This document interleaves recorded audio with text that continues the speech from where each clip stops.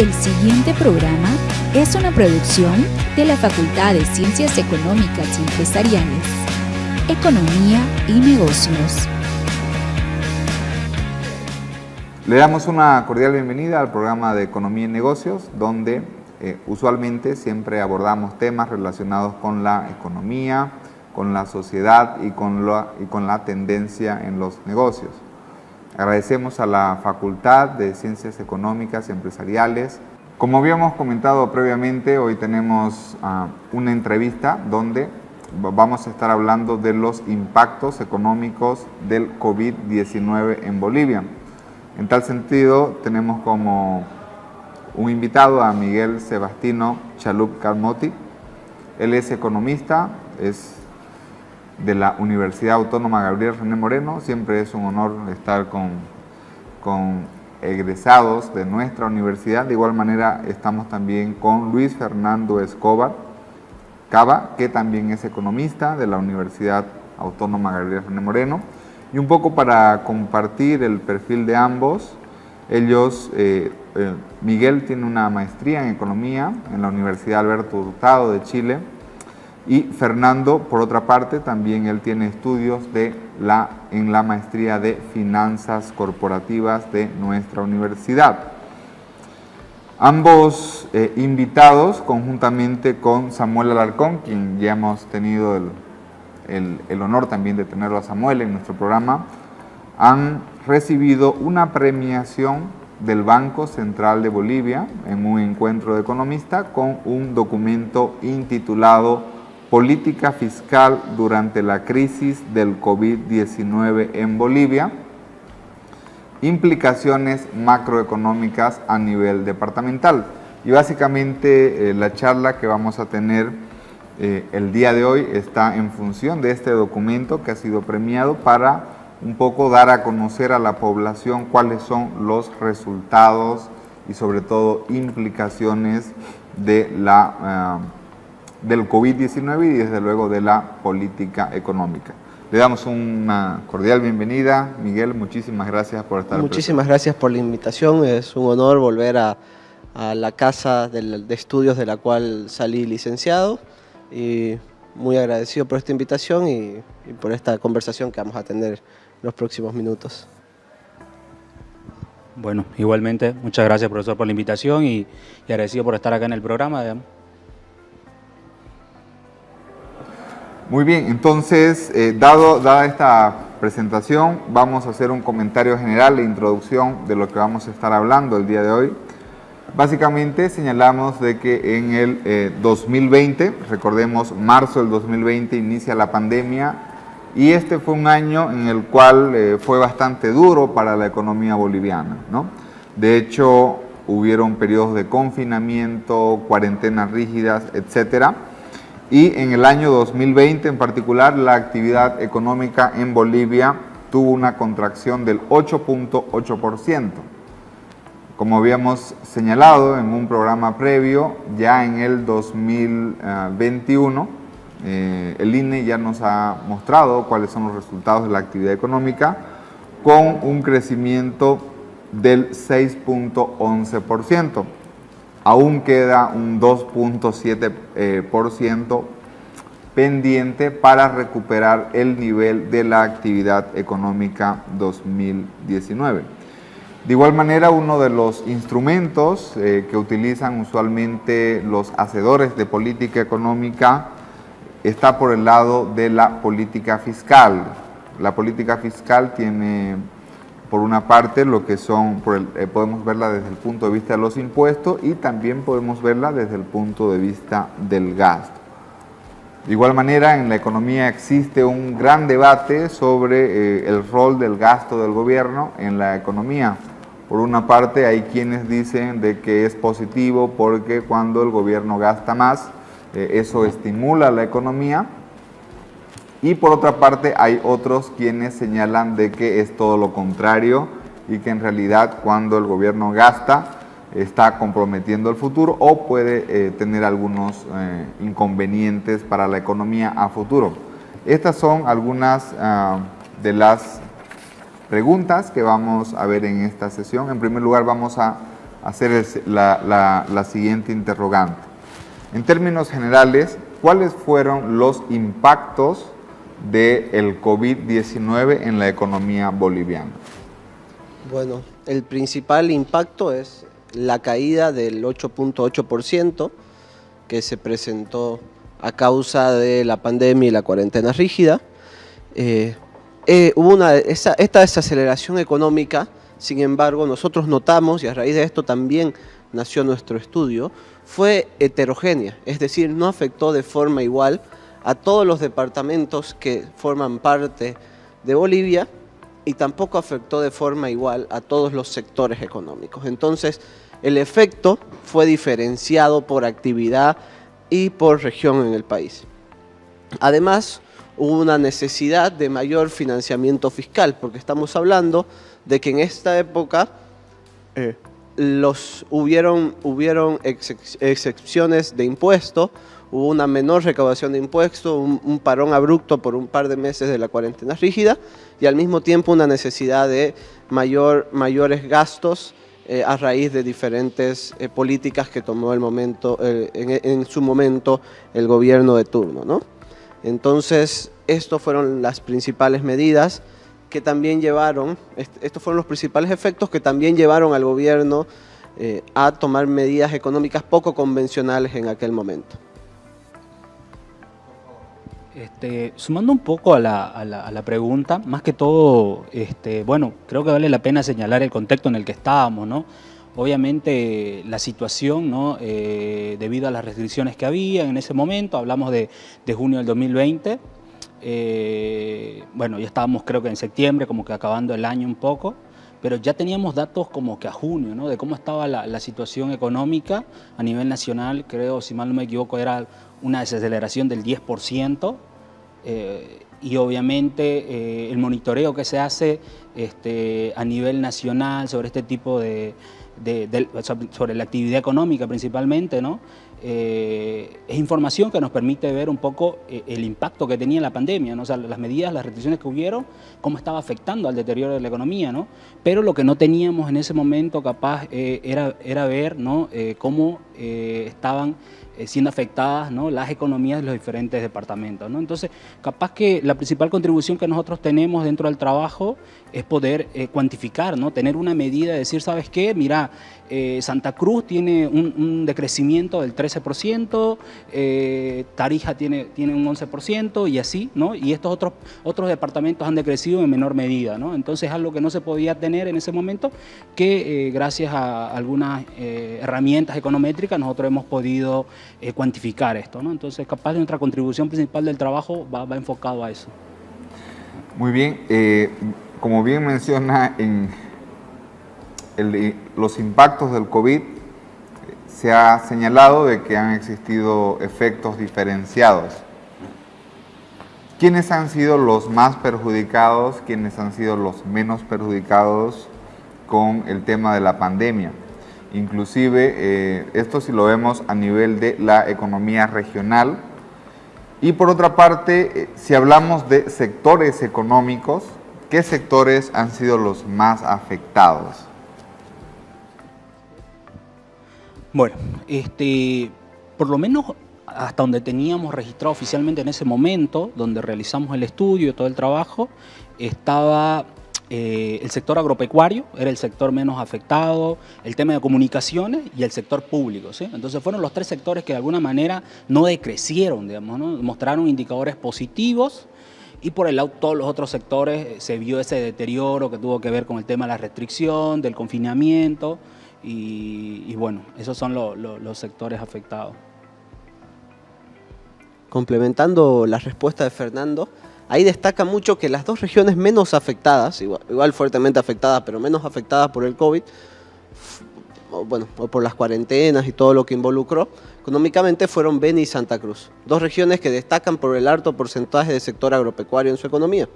Y si vemos, esto no es un fenómeno solamente en Bolivia. Por ejemplo, el único país que mostró crecimiento económico en la región a pesar de la pandemia fue Paraguay, con un alto sector agropecuario. Por otro lado, los sectores que más vieron afectado su crecimiento fueron el sector industria, el sector transporte, el sector servicios, ¿no?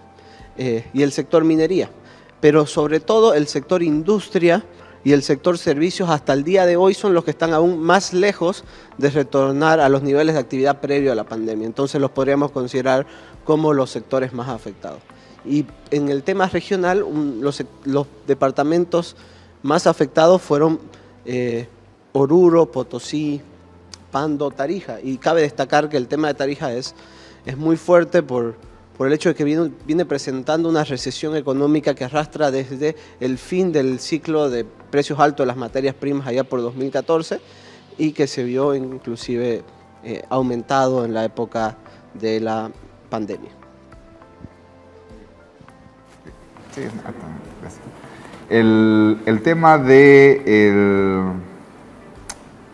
esta discusión que habíamos mencionado sobre el rol del gasto público en la actividad económica. ¿Cuál es la evidencia empírica que se tiene para Bolivia? No sé si sabemos, como habíamos mencionado, hay quienes dicen de que hay un efecto positivo, hay quienes dicen de que hay un efecto negativo, hay otros quienes dicen no hay ningún efecto. ¿Me entiendes, no? Pero, ¿qué es lo que conocemos o qué sabemos sobre el rol del gasto público? ¿Por qué hacemos esta pregunta? Porque muchas veces escuchamos a los políticos, por ejemplo, justificar y señalar de que estimular el gasto público, estimular la inversión pública, estimular la otorgación de bonos, ¿no? Transferencias a las personas, es un mecanismo para salir de la crisis. ¿Es esto cierto? ¿Qué es la evidencia empírica que tenemos?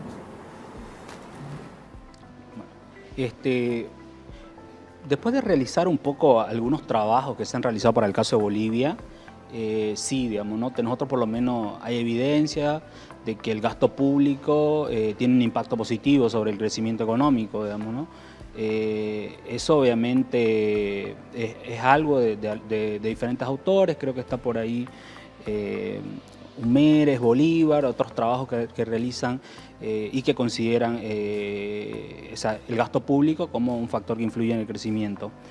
Por lo menos lo que la evidencia señala, no encontramos evidencia que señale lo contrario, por lo menos para el caso de Bolivia, capaz que para otras economías sí la hay, sí hay evidencia de ese caso.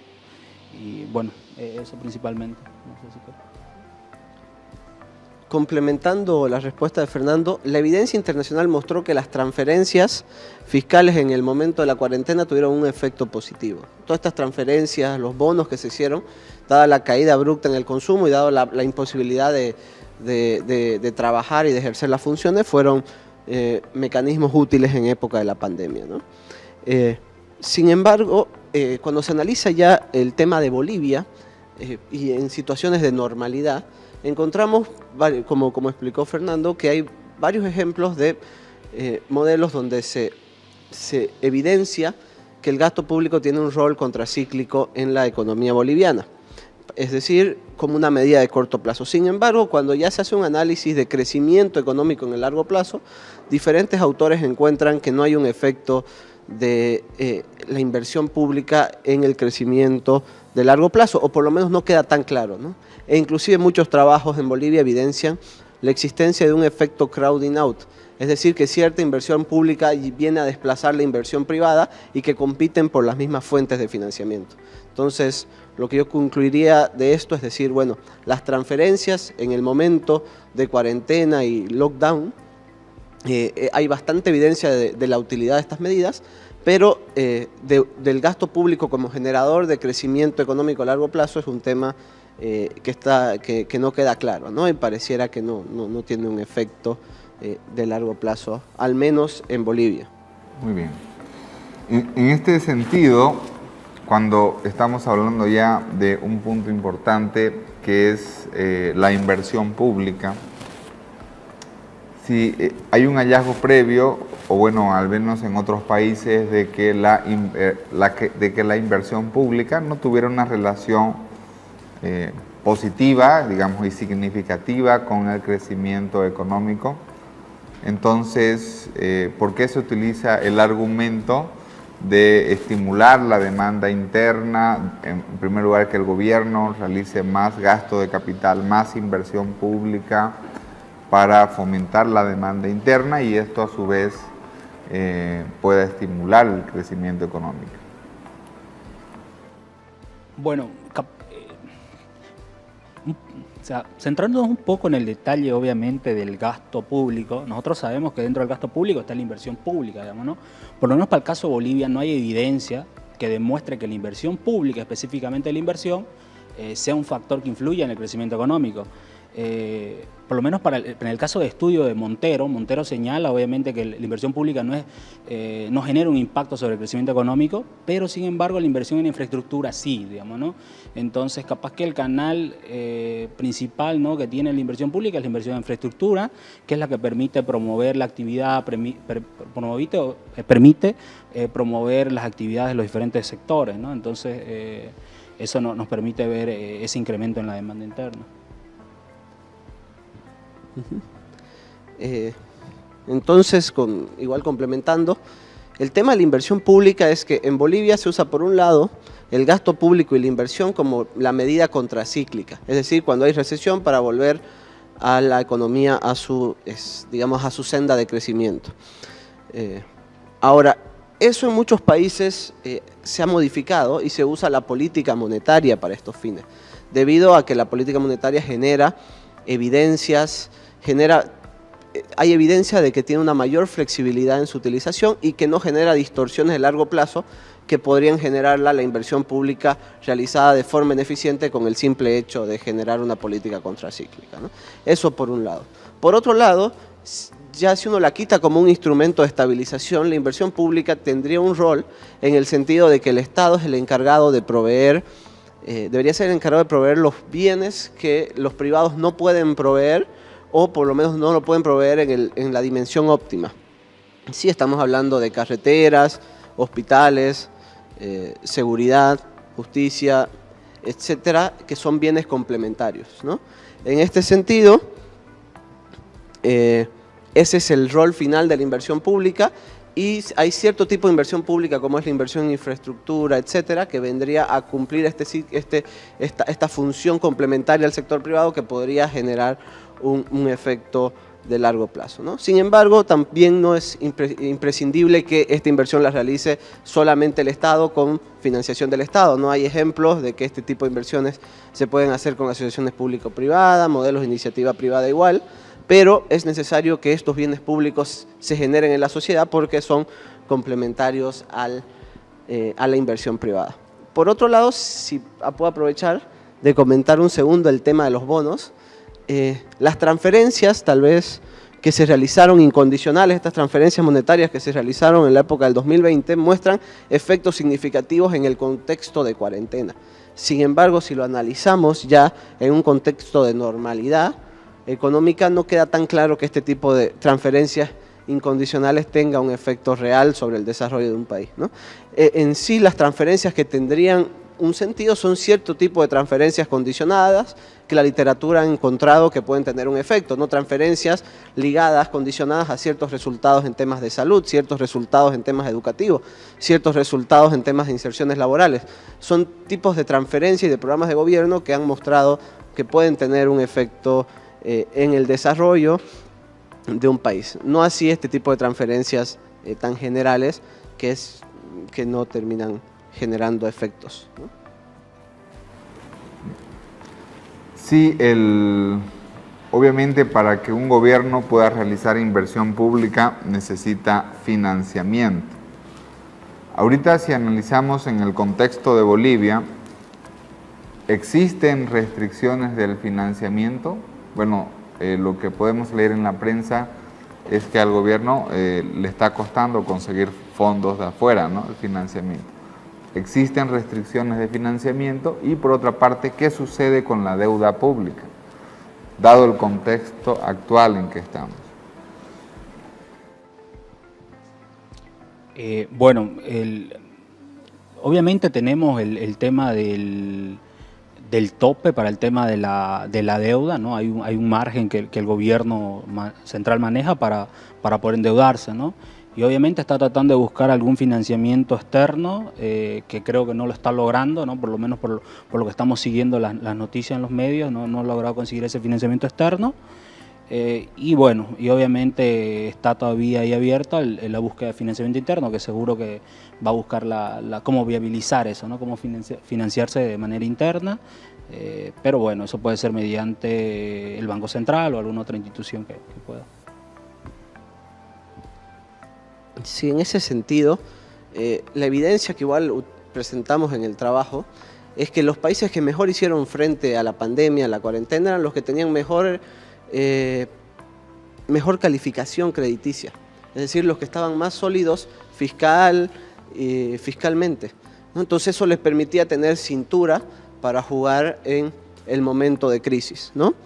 En Bolivia, por diferentes motivos, el 2020 tuvo restricciones de liquidez. Actualmente Bolivia está sufriendo ciertos problemas de liquidez y bueno, está tomando diferentes medidas de endeudamiento, ¿no? En sí el problema no es endeudarse o no, o qué fondo tomar o no, porque eso es una política que tiene que tomar en conjunto el Banco Central el Ministerio de Economía, en conjunto con el Banco Central, en su programación financiera, y también la deuda que van a tomar, sino el tema es poder volver a Bolivia a una senda de deuda sostenible, ¿no?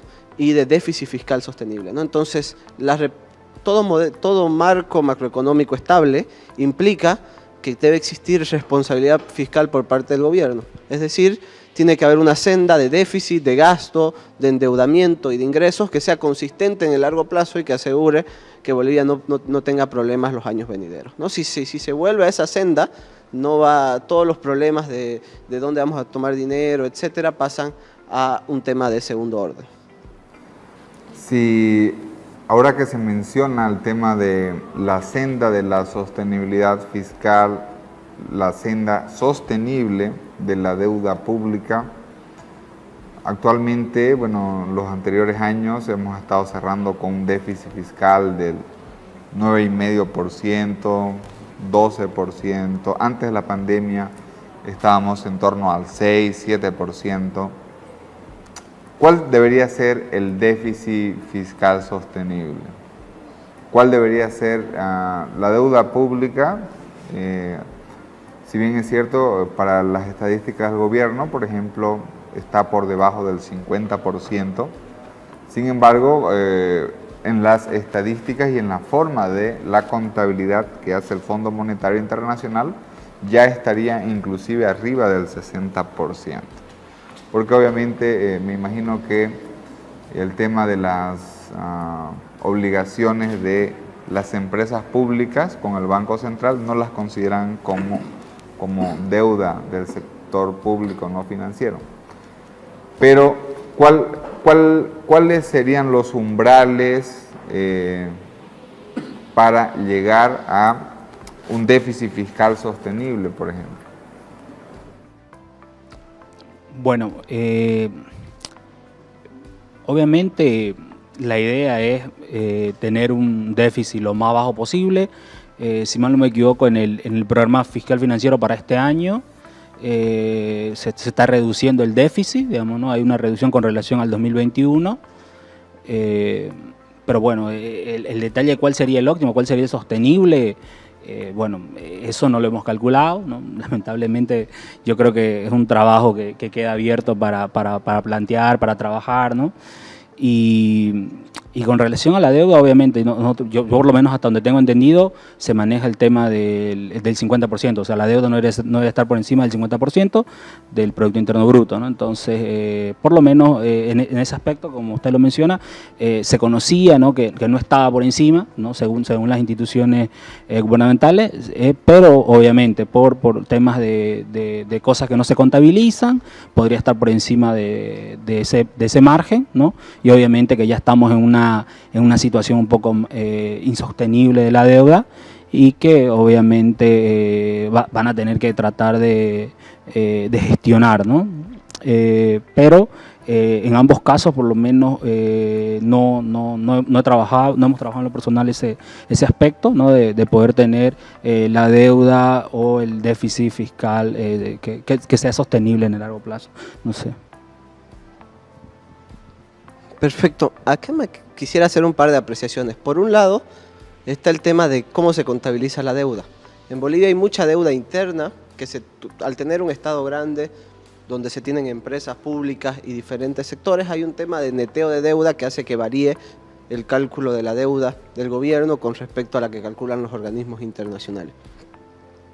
Pero fuera de esto, lo que siempre se toma en cuenta como punto es que se necesita un superávit primario lo suficientemente amplio como para pagar en el largo plazo el servicio de la deuda, ¿no? Es decir, siempre poder pagar las cuotas de deuda. Entonces siempre va a ser sostenible la deuda en cuanto asumiendo que la economía va a crecer en un estado estacionario. Hoy en Bolivia no existe esa situación porque estamos en un momento en el que se dice estamos en recesión, queremos volver a nuestro crecimiento potencial antes de entrar en el camino de la senda de sostenibilidad de la deuda, pero esto necesita no solo que la economía vuelva a reactivarse, sino un programa fiscal consistente, ¿no? Eso es lo que yo puedo comentar con respecto a este tema. En ánimos de buscar una política fiscal o un gasto del gobierno que sea sostenible, la pregunta del millón, ¿qué se debería hacer? ¿Se debería achicar el gobierno? ¿Se debería buscar la eficiencia? Decía Milton Friedman, la terapia del shock, ¿no? La terapia del shock significa básicamente el dolor que sufre un alcohólico por dejar de tomar, el dolor que sufre un drogadicto por dejar de drogarse, ¿me entiendes, no? ¿Tendríamos que hacer alguna terapia del shock en el tema del gasto público o simplemente esperar? Bueno, un poco en el contexto en el que estamos, ¿no? De desaceleración, un poco con este rebote que hemos tenido en la actividad económica a nivel regional. Lo que sí podríamos plantear, yo no creo que hacía a un tema de aplicar, ¿no? Una reducción abrupta sobre el gasto, pero sí en la medida, ¿no? De lo posible un poco ir reduciendo, ¿no? el gasto, porque ya creo que de alguna manera se ha empezado a salir, ¿no? Se está empezando a salir, reactivando diferentes sectores de la economía, se está empezando a salir de lo que fue la pandemia en sí, digamos, ¿no? Y obviamente que nos toca ahora lidiar un poco con priorizar ciertas actividades, ciertos sectores, y ahora sí da un poco más el margen de poder reducir el gasto público. Entonces, yo creo que si uno plantea obviamente este tema de un déficit fiscal sostenible, uno podría decir, bueno, es tal nivel, digamos, no sé, por decir algo, 9% de déficit fiscal, digamos, ¿no? Pero el detalle es calcular este nivel y obviamente en base a eso tratar de estar en ese margen. Y bueno, y tal vez capaz resaltar un poco más el tema de la inversión pública en infraestructura, que esa creo que es la que mejor, nos ayuda en alguna mayor medida, ¿no? a los diferentes sectores de la economía, digamos, ¿no? Entonces. Perfecto. Yo aquí quería hacer un punto, ¿no? Se habla mucho de las políticas de reactivación económica. La realidad es que hoy en día ya están todos los sectores trabajando de forma libre. Se tiene un escenario con precios internacionales bastante favorables. Entonces, más que hablar de políticas de reactivación, en este momento ya se tienen que hablar de políticas de crecimiento, ¿no? Y de desarrollo. En este sentido, lo que estamos hablando es que es un muy buen momento para empezar a hacer los ajustes que puedan llevar a una Bolivia con crecimiento en el largo plazo y con el desarrollo que todos queremos ver, ¿no? Esto empieza por las medidas que son las clásicas, que no son medidas innovadoras, son las medidas que son las bases para el crecimiento a largo plazo de un país, es decir, una política fiscal consistente, sostenible en el largo plazo, una política de inversión que tome en cuenta las inversiones más eficientes, que optimice los gastos, políticas laborales, de pensiones, financieras que permitan Bolivia aumentar su productividad, ¿no? Porque al final el crecimiento de los países está en función de la productividad que tiene, la productividad de los trabajadores, que es lo que igual genera un aumento de los salarios en el largo plazo, ¿no? Entonces, hay que buscar poner las condiciones básicas para llegar a este crecimiento inclusivo, que van por el lado de poner en orden las cuentas fiscales, poner en orden las cuentas del Estado, hacer los ajustes que se tienen que hacer en los mercados laborales, de pensiones y financieros, y con eso poder generar el crecimiento a largo plazo, ¿no? Me parece que este es un buen momento porque se tienen los precios internacionales en un momento alto, se tiene después de muchos años una balanza comercial positiva, entonces es un buen momento y no esperar a que la crisis vuelva a azotar y entremos en un momento, en una crisis más fuerte para tomar las medidas de corrección. Bien, no sé, estimado Fernando, si tiene algún comentario en la misma línea de cuáles deberían ser las principales medidas para la reactivación económica. ¿Qué se debería hacer? Bueno, de alguna manera podemos ver que la pandemia nos dejó, nos vino y obviamente tuvimos un mayor incremento en el desempleo, los indicadores de pobreza también aumentaron. En ese sentido, creo que algunas de las medidas que ha incorporado el gobierno por el tema del mercado laboral ha sido el tema de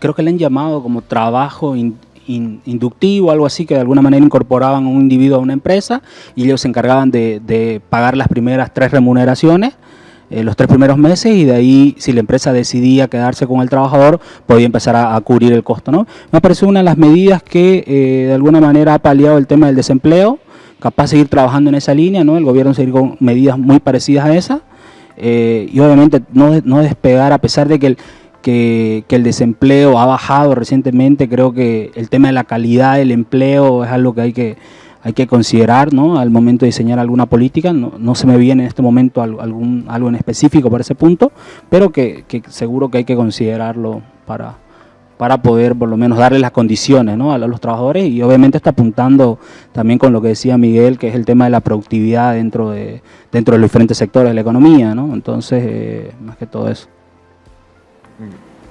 Para ir ya culminando nuestra entrevista, queremos preguntarles si nos pueden comentar cuáles son los principales resultados de su investigación cuando abordaron el tema de la política fiscal y los impactos del COVID-19 en la economía boliviana.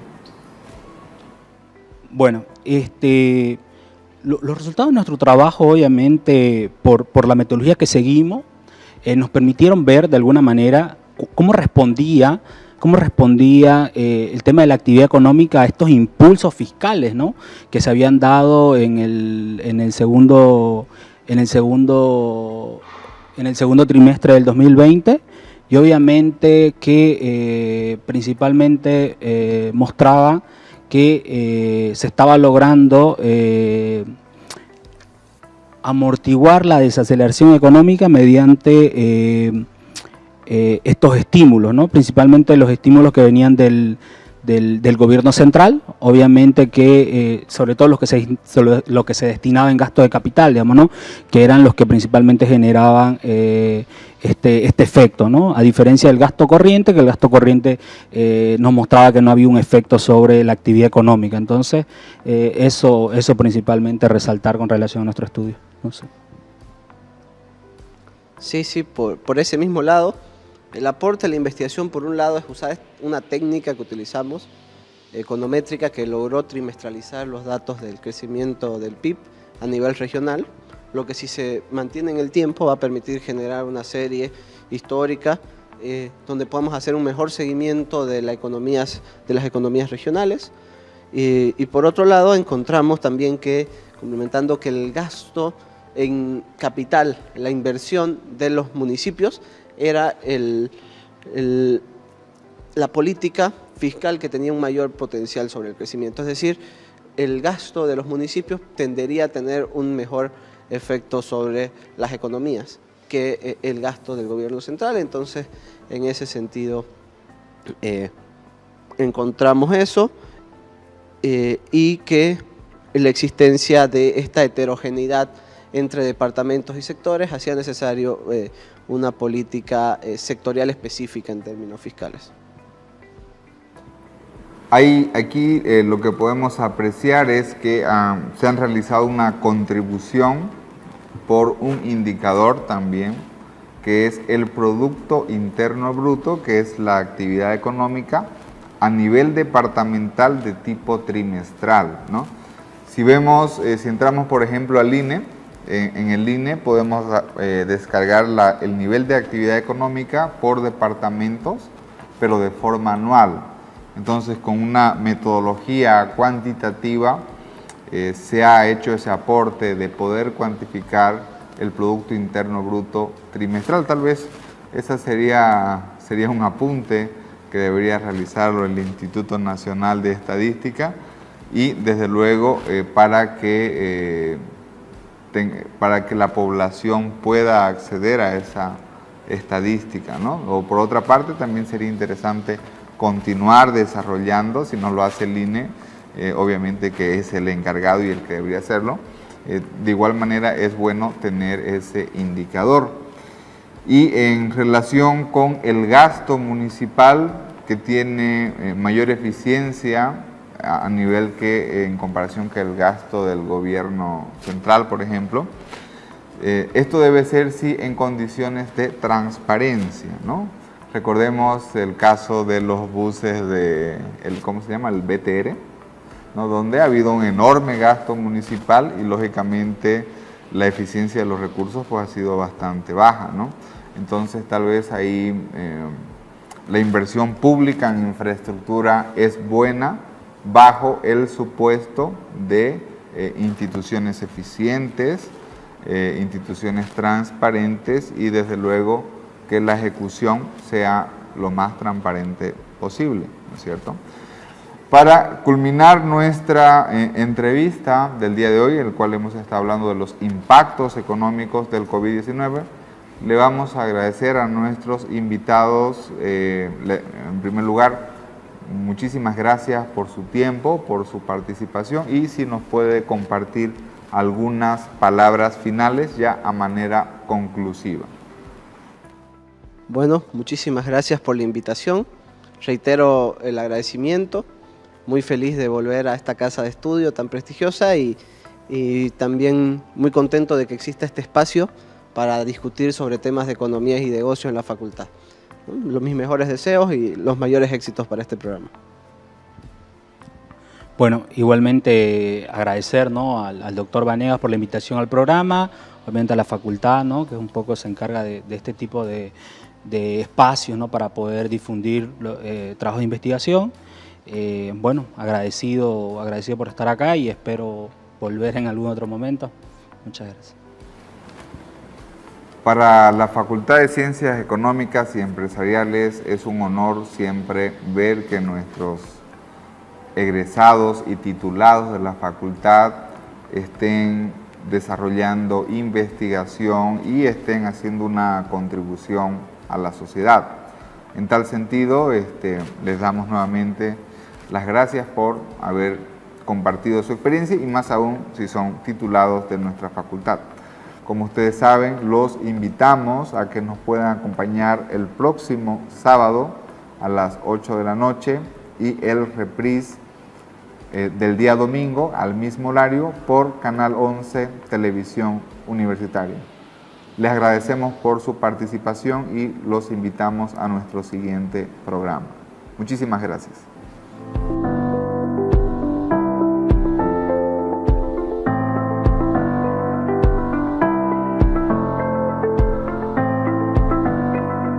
Economía y negocios llegó gracias a la Facultad de Ciencias Económicas y Empresariales.